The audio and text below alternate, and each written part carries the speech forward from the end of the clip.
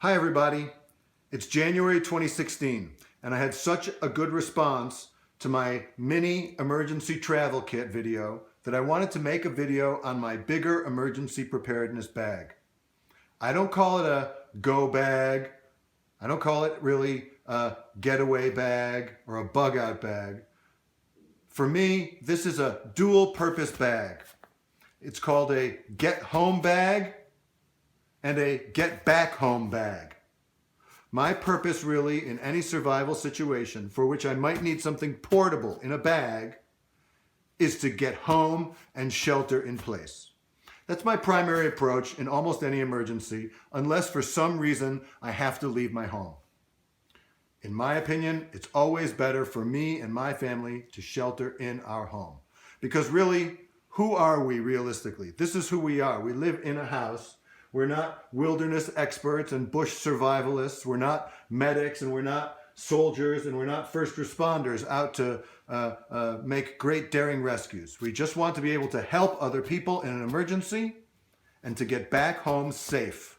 I'm often asked if I could only have one thing in any survival situation, what would it be? And I always give the same answer. And it's the thing that's right here on this side, on the outside of my go bag, the thing I can get to the first. And that is, ta-da, a knife. You can do almost anything with a knife. It's a tool, it's a weapon, it's defense, it's protection, it's a spear, it's a shovel, it can dig, it can hammer, it can do almost anything. And I say, get a really good one. This is the K-bar. It's not expensive, but it's very, very durable. And as you can see, I banged it around a little bit, taking it on a couple of adventures here and there. But really, for me, I want to talk a little bit of philosophy beyond just what kind of tool do you need? What is the purpose of this bag? For me, the purpose of this bag is very specific, and it will differ from your purpose and the way you set up your bag. My purpose and my philosophy is I want to be able, through the help of the things in this bag, to live and survive anywhere.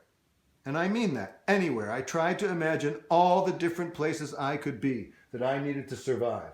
Outdoors and indoors, wilderness and urban. And not just me, because I'm not alone in this world. I have a family, a wife and 2 children. And my wife has a parallel bag, a smaller but almost identical bag to this one in her car. That gives us a redundancy in case we're separated, and when we're together, we have twice the capability and capacity. So each of us has enough for 2 adults, and when we're together, it's enough for 4 adults. Also, we want this bag to support us not just physically, but psychologically. And the things in here help us to have a positive mindset and to survive a difficult situation in which we might be under duress. Okay, let's go into greater detail. Here in the outside, the first thing I have is a pair of gloves, a good pair of gloves. Because if I have to survive outside in the wilderness, I better protect my hands.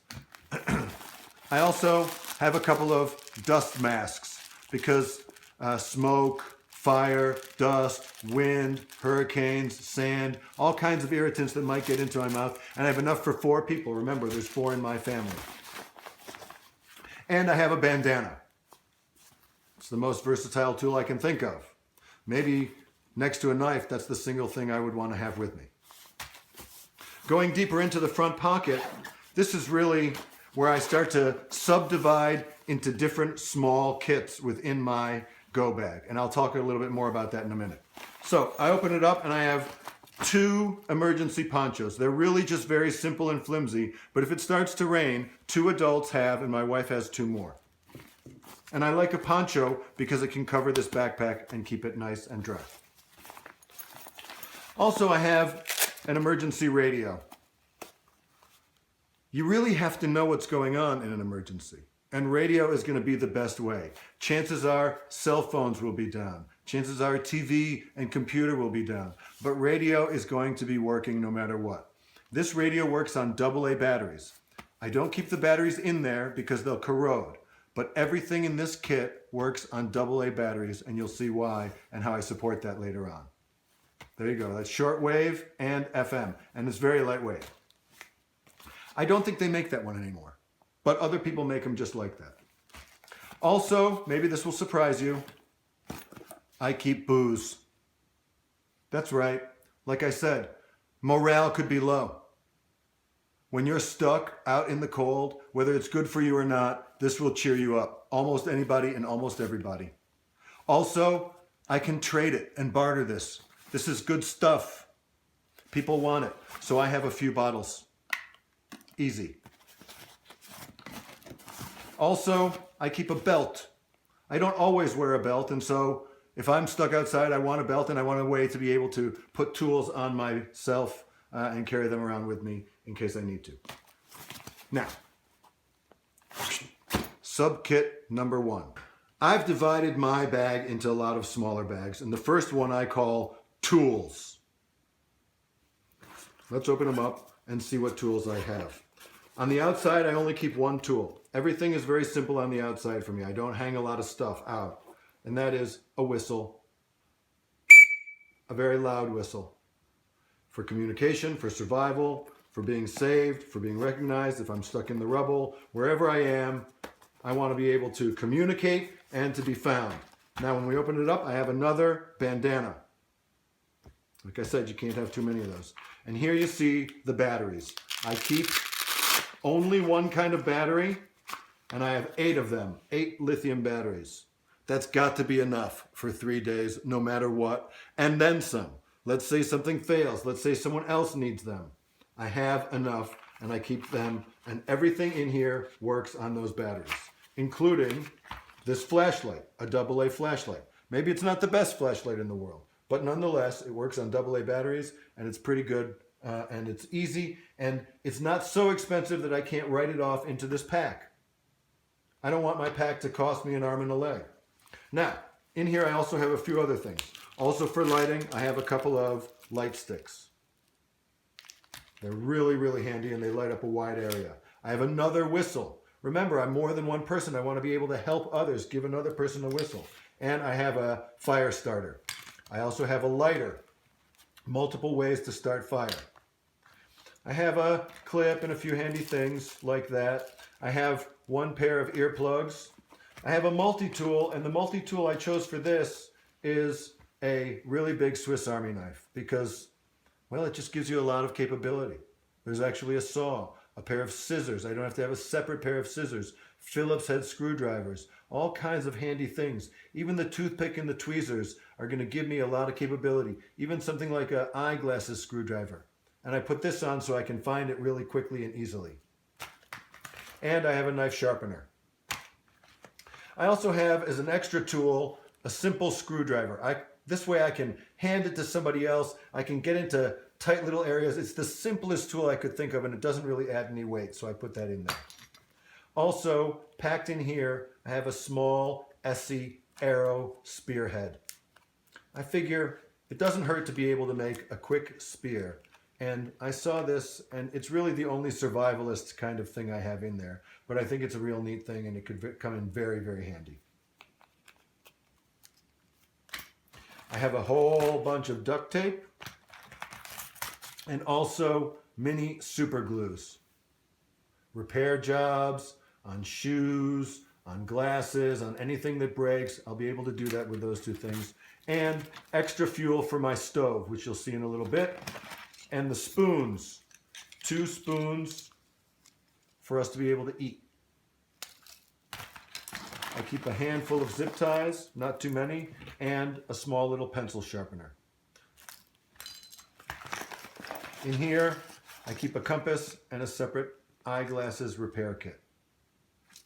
The one last thing I wanted to show you in the outside pocket is here inside the flap, there's a small zippered pocket, and in that I keep money, cash money, in multiple denominations. I keep a photocopy of important family papers, driver's license, passport, and I keep a passport photo of each person in my family, both to be able to help identify them to other people, that way, right side up, and also for moral encouragement. Again, to survive, to me, means to make it back home to see my family, and that's the most important thing. Keeps me going.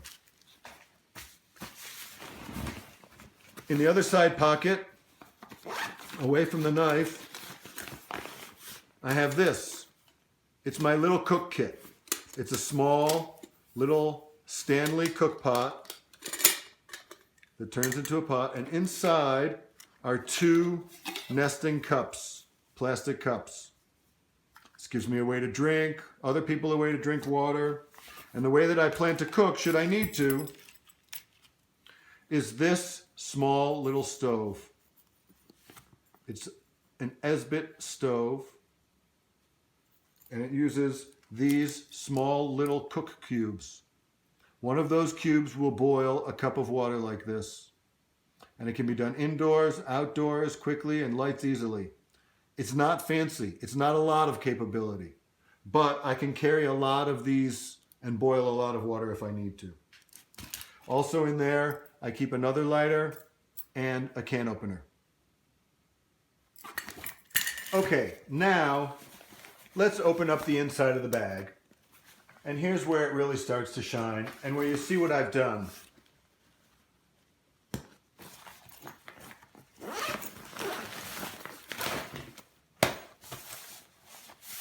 There.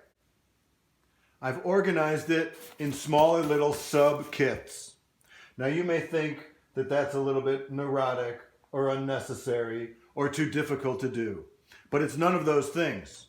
And in fact, now, under duress, in an emergency situation, I'll be able to know which thing is which and grab only what I need without disturbing the rest of the pack. And it will keep the order in there.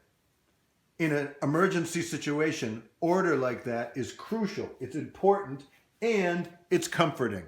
I look in there and I know everything is okay. I have what I need. It gives me that peace of mind. First thing is clothing. I have in here 1 full change of clothing for an adult. I can't really take more clothing than that. It's too big, too heavy. Here is my basic shelter kit. It's one of the basic things you need to survive, and my shelter kit is simple. It's 2 Adventure Medical Kit sleeping bag bivvies. They're small, and they're a lot more capable than just a simple sheet of Mylar. Plus 2 double-size emergency survival blankets. I have a hank of very good rope and a couple of garbage bags and another clip. That's not all I have for shelter, but that's the basic shelter for staying warm and staying out of the elements. Now I have 4 basic bags, 4 more sub-kits inside, and we're just going to walk through them each one at a time. Okay, we're going to start with the blue one. These are Eagle Creek pouches, and I just love them. They're great for travel, but they're also great for organizing your survival kit. The blue one, of course, is water. And that's my primary emergency water, is marine approved packets of emergency purified drinking water. Each one of these is 1 recommended serving of water for an adult. And as you see in here, I have 1, 2, 3, 4 adults for 2 days, plus I have water tablets. You have to have enough water. It's the most basic thing that you need. So I have water, just pure old water, whether I can find any additional sources or not, plus I have ways to make additional water that I find purified. My primary way of purifying, by the way, is not through these tablets, it's through boiling the water in my Stanley pot, which I showed you earlier on. Sterilize it that way. I also in my water have Via coffee. I'm going to want caffeine. It's going to help me survive. It's going to make me feel good and make me feel strong. And that is really all that's in that 1 sub-kit, is plenty of water. And you see, I even divided it into a day's ration for an adult. So I could just hand it to somebody and give them a day's worth of water, or take it with me if I needed to separate one from another. That's the water pack.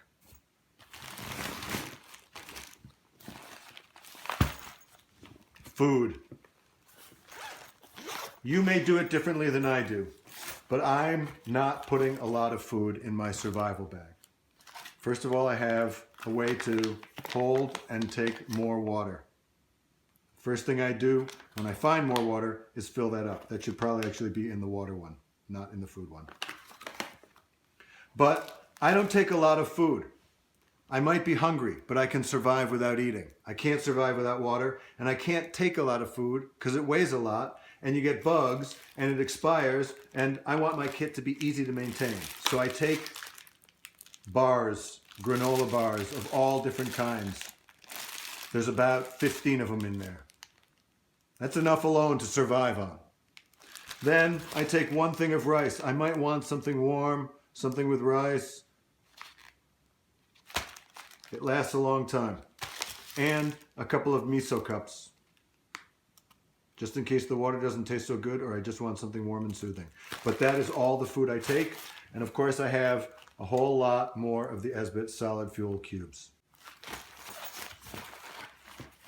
Now, on top of food and water, we need first aid. Red first aid. Makes a lot of sense and it easily identifies what's in my bag. That's also why I don't take things out of their original packaging, even though it would make it smaller and a little bit lighter.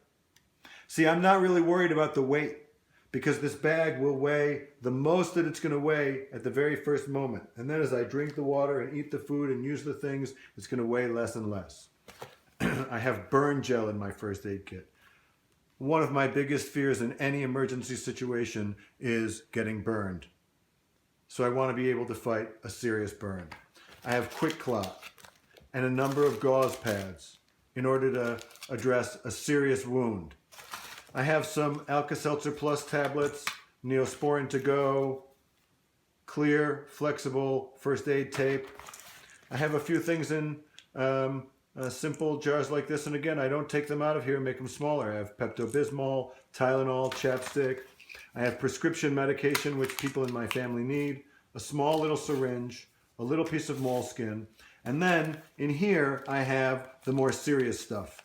It's in a waterproof bag. These are the serious bandages, and I'm not going to open it up, but I have multiple surgical dressings in here, Surgis strips, serious wound care, enough to really stop somebody from bleeding who is really in bad trouble. That's not the most medical that you could provide, but it's a good amount. Also, I bring an old pair of eyeglasses because I wear eyeglasses and I really need them to see. The last of the sub-kits is what I call hygiene and well-being. And that's really just exactly what it is. I have toothpaste and toothbrush. I have hand sanitizer, Gorilla Tape. I have playing cards because I want to be able to enjoy just a short moment of entertainment, and I might be just waiting around a lot. It's not always going to be hurricanes. It might just be sitting around bored.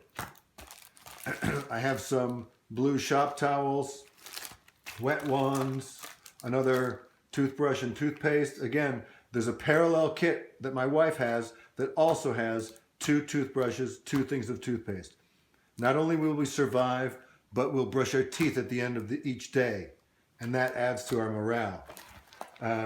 Tampons and toilet paper. Enough said. Pads, more moleskin, and 2 eye goggles. These are old swim goggles that don't really fit us anymore, but I always think you have to be prepared to protect your eyes. Sandstorm, dust, debris, you never know. And this is a really, really simple way to be prepared and get through something that could be really difficult. Okay, the last thing in the bag is shelter at the very bottom. I have this, the Kelty Large Beach Cabana. I thought a lot about shelter and what kind of shelter me and my family would need. Chances are we're not going to be out in the wilderness, but maybe. Chances are we're not going to be in some giant building surviving with lots of other people, but maybe. In other words, we really don't know. And this seemed like a very lightweight and simple and portable way to give 4 people both privacy and a measure of shelter. Remember, inside we have both of our bags, both of the bivy bags and bivy sacks. So all four of us have this and these and our clothes and the things which we have to keep us happy and well fed and water and taken care of. Food, water, clothing, shelter. I started the video with a simple question. In any survival situation, what one tool would you want to have? And I said, a knife. That's my answer. And then I showed you the kit that I built around this knife to help me and the people I love survive and come back home in any situation for 3 days. A couple of last-minute caveats. The first is, my kit has changed. This wasn't always the knife, and the gear in the kit wasn't always the same. But what hasn't changed is my mindset. A determination to be as prepared as possible, and a determination to come back home and survive any difficult situation. Mine is not the best kit. It's just mine, and it suits me and my family's needs. What I want you to take away from it is make a kit for yourself. Make one. Make it yours. Customize it to your needs and your capabilities and the things which you can afford at the time. And then maintain it over time. And know how to use the things that are in it. Be careful. Have fun. Pursue great adventure, but be prepared in any emergency. Bye. We started this video with a simple question. What's the one tool you would want to have in any emergency situation? And if you remember, I said a lightsaber.